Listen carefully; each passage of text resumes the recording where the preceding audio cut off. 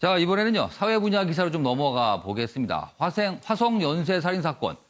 지금요, 이 8차 사건, 진범이 과연 누구인가? 이미 범인은 처벌을 받고 가석방된 상태거든요. 그러나 이춘재, 본인이 했다고 자백을 했습니다. 그 이후에 여러 가지 상황이 조금 더 진행되고 있거든요. 그 얘기 해보겠습니다. 국민일보입니다. 화성 8차 사건 범인, 이렇게 얘기를 했다고 그래요. 재판 때 과거에, 그러니까 옛날입니다 벌써. 한참 전, 20년 이상 전 그 옛날에 재판 때 고문으로 자백했다고 말을 했다, 당시에. 이런 얘기가 또 알려지고 있어요. 경찰에 연행돼 잠도 못 자고 조사받았다. 그러니까 억울하다는 겁니다, 지금 억울하다는 거예요. 자, 어제 민감용 경찰청장이요, 뭐 기자들 상대로 약간 이거에 대한 설명이 있었습니다. 강압수사 논란에 대해서 선진실규명 뒤 피해자 회복 조치. 그러니까 진실규명을 먼저 좀 해보겠다. 들여다본다. 이 얘기였습니다. 관련 기사 하나 더 있습니다. 보시죠. 화성 8차 범인 억울한 옥살이 소송 준비한다. 이렇게 돼 있습니다.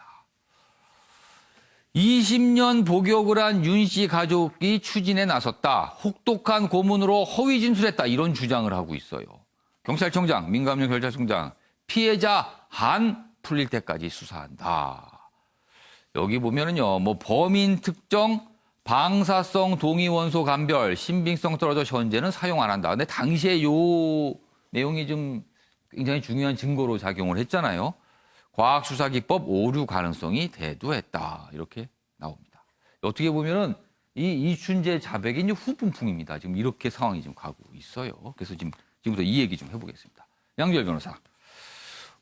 경찰로서는 지금 상황이 이렇게 되면 굉장히 당혹스럽지 않을까요? 지금 이렇게 되면은. 그렇죠. 만약에 이춘재의 자백이 사실이라서 8차 범행이 이춘재의 소행이라면 정말 억울한 한 사람이 인생을 거의 망친 그런 상황이 됐고 피해자 가족들은 피해자 가족대로 지금 전혀 자신들의 어떤 그 원망이나 이런 부분들이 풀 수 있는 기회도 없었다라는 얘기가 되는 것이고 만약에 이춘재 자백이 허위라고 한다라면 이춘재가 사실상 화성 연쇄살인 사건의 범행이라고 하는 나머지 자백에 대한 신빙성 부분도 또 믿을 수가 없게 되는 그러니까 경찰을 흔들게 되는 그런 상황 아니겠습니까? 근데 거기에 더해서 굳이 이제 저도 이제 법조인이다 보니까 한 가지 꼭 얘기를 드리고 싶은 거는 저 자백이 사실이고 8차 사건의 진범으로 지목됐던 윤 씨가 무고할 수도 있다라는 가능성이 저는 있을 수도 있다라고 받아들여진다라는 거예요. 그러니까 당시라면 경찰도 강압수사를 했을 수도 있지만 검찰과 법원조차도 그런 부분들을 제대로 보지 않고 넘어갔을 수도 있다.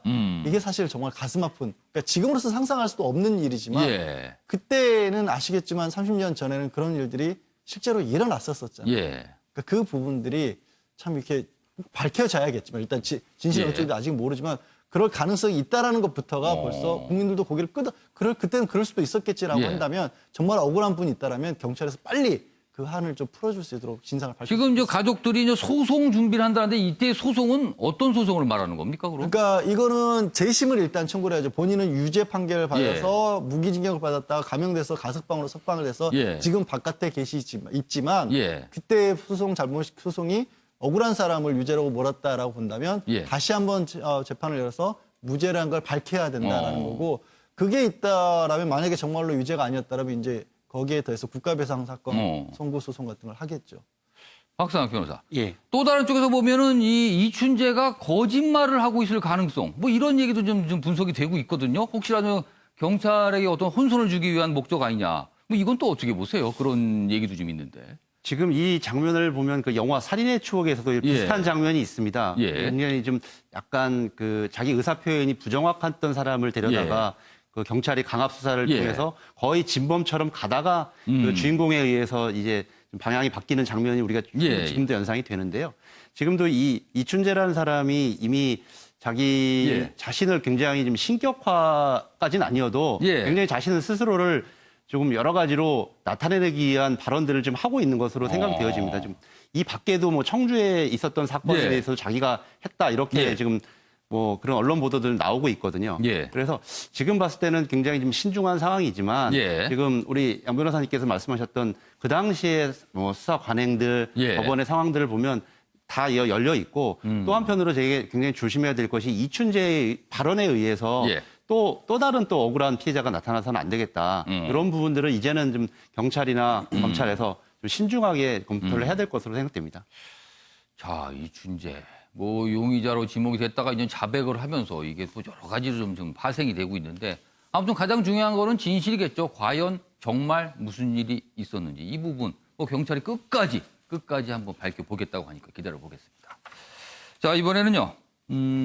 일본과 관련된 얘기입니다. 일왕즉위식 이달 22일로 예정돼 있거든요. 자, 그러면 각국에서 축하 사절들이 참석을 합니다. 그럼 우리는 과연 보낼 것인가? 보낸다면은 누구를 보낼 것인가? 이 부분입니다. 일본과의 관계 지금 거의 최악이라는 표현 나오죠? 자, 이 상황 때문에 그렇습니다. 자, 첫 번째 기사가 이렇습니다. 2주 앞으로 다가온 일왕즉위식 누가 특사로 가나? 이렇게 돼 있습니다. 모든 옵션을 검토 중이다. 준해 인선 못할 수도 있다. 이번 주 정도면은 뭐 일본 쪽에다도 많이 가게 된다면 통보를 해줘야 되는 상황이라고 해요. 일본 언론에서는 그런데 이낙연 국무총리 참석으로 최종 조율 중이다. 이런 또 보도가 나옵니다. 이낙연 국무총리가 갈 수 있다는 거예요. 관련 기사 또 있습니다. 보이시죠? 이쪽에 있습니다. 일왕즉위식에 이낙연 총리 참석, 일본 언론, 한국 정부와 최종 조율, 문재인 대통령 참석 가능성 없어졌다. 그래서 이낙연 국무총리가 간다. 뭐 이런 얘기입니다. 우리 측에서는요, 이번 주 안에 결론 날 듯하다. 이렇게 돼 있습니다. 자, 최영선 의원님, 무게가 이낙연 총리 참석으로 가는 것 같아요. 일단 뭐 조율 얘기 나오고, 그 일본 언론도 이제 적극적으로 보도가 나오고 있어요. 그렇다면은 일단 좀 아직까지는 100%는 아니지만 가정을 하겠습니다. 그럼 이낙연 국무총리가 참석하는 부분 어떻게 보십니까? 일단 그 개인 간에도 예. 사실은 뭐 관계가 안 좋거나 예. 할 때 경조사가 예. 그 돌파구가 되는 일이 있습니다. 예. 그 경조사에서 만나서 서로 이 그 위로를 하고 하다 보면 뭐 축하를 하고 위로를 하다 보면은 평소도 안 풀리는 일도 풀릴 수가 있는 거거든요. 예. 지금 이제 이낙연 총리가 적임자라고 하는 이유는 예. 과거에도 일왕즉위식 때 우리가 총리급으로 축하 사절단을 보낸 적이 있고 예. 급수로 봤을 때 그렇고 예. 이낙연 총리가 과거에 동아일보 일본 특파원을 했습니다. 예. 그래서 뭐 전형적인 지일파죠. 그래서 일본에 많은 사람을 알고 예. 있고 의사소통도 잘 되고. 수개월 일본을 잘 전에도 사실은 이해하고 뭐 있고. 특사 얘기가 나올 때 후보로 꼽히기도 했죠, 사실. 그렇죠. 그래서 이런 기회에 가서 일본에 있는 그 뭐 지인들을 두루 만나다 보면 예. 의외의 또 돌파구가 생길 수도 있고. 예. 그래서 저는 뭐 적극적으로 검토해 볼 수 만한 일이다 이렇게 봅니다. 이재용 전 의원께서는 이 국무총리가 일왕직에 참석하는 게 이게 찬반 논란이 될 만한 대상이라고 보세요? 아니면 이거는 좀 필요하다 이렇게 보세요? 지금 현 그 외교 상황을 보면은 예. 국내에서는 분명히 찬반 대상이 될 거라고 생각을 합니다만 그래서는 안 되겠죠. 예. 총리라도 참석을 해서 예. 만약 그것이 한일 갈등을 해소하는 데 어느 정도 일조를 한다면은 예. 그건 국가의 국익을 위해서 충분히 해야 된다고 생각합니다. 그러니까 좀 아마 준해에 뭐 인선 못할 수도 있지만 아마 정부가 좀 고민을 할 거예요. 이거를 과연 누굴 보낼까. 그리고 아마 발표를 하게 될 겁니다. 그러면은 아베 총리와 아무래도 만나게 되겠죠. 그러면은 어떤 얘기가 오갈 수도 있을 것 같아요. 최근에 일본 쪽에서요. 우리 관광객들이 일본을 가지 않기 때문에 굉장히 어렵다는 얘기 많이 나오고 있거든요. 아마 아베 총리도 그런 부분에 압박을 느끼지 않을까 합니다. 알겠습니다.